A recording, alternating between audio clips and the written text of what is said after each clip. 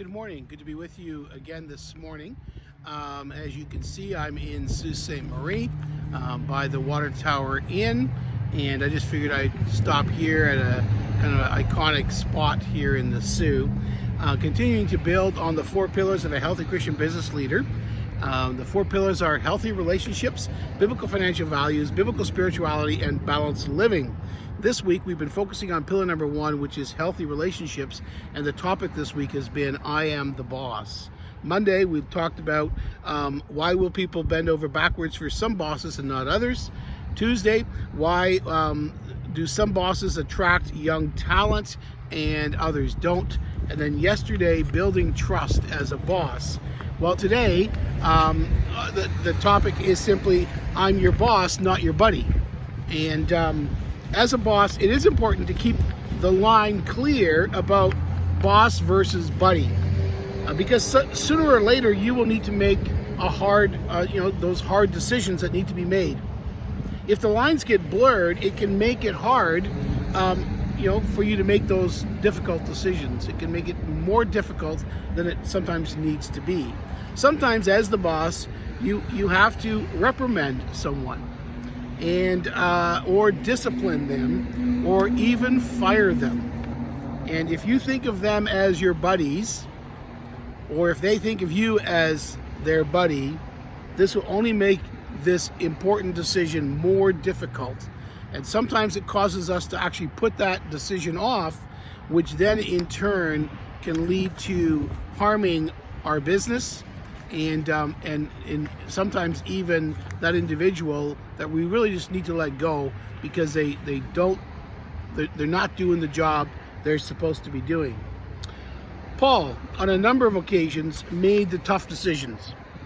Once, it involved Peter. Peter, who should have known better, he was there. The wind is a little heavy here today. He was in Galatia. He was eating with people, and another group came, and all of a sudden Peter decides, you know what, I can't eat with these people anymore, and I need to separate myself. I need to go and just eat with this other group over here. And Paul publicly deals with Peter and says, hey, what are you doing? That is not right. It is not right for you to separate yourself from these brothers. And Paul does this publicly right in front of everybody. Now, I don't recommend that. I don't think that's a good idea to do that, necessarily, to go public and reprimand somebody in front of everybody. But in Peter's case, the reason Paul did that publicly was because Peter was a leader. He wasn't just anybody. He was a leader in the church. He was someone that many people would respect and would have considered to be a man of importance. And then, of course, not only was he a public leader, but he also behaved badly in a public setting.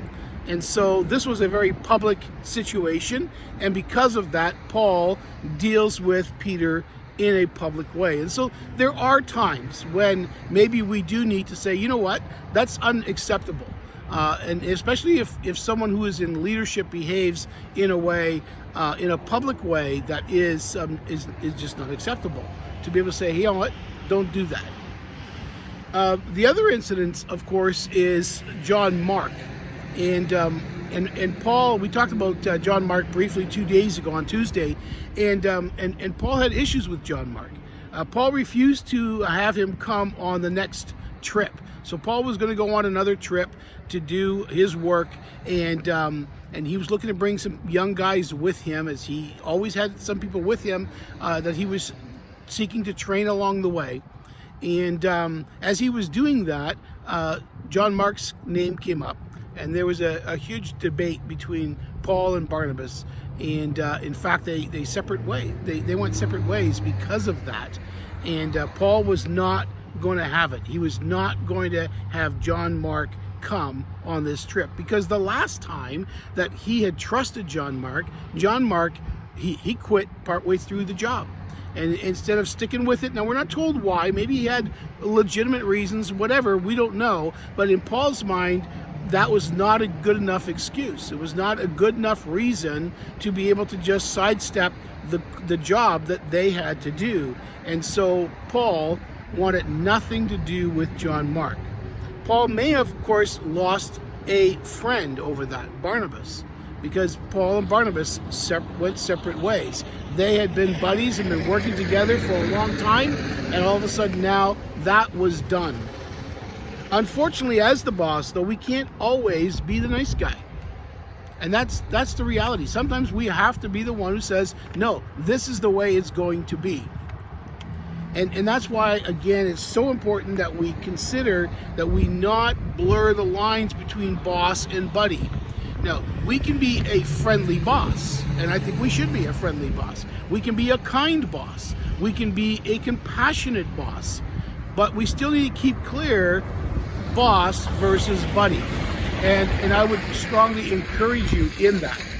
Maybe learn from Paul that sometimes we have to be willing to make those difficult decisions. Have a great day, and I'll see you again tomorrow. Lord bless.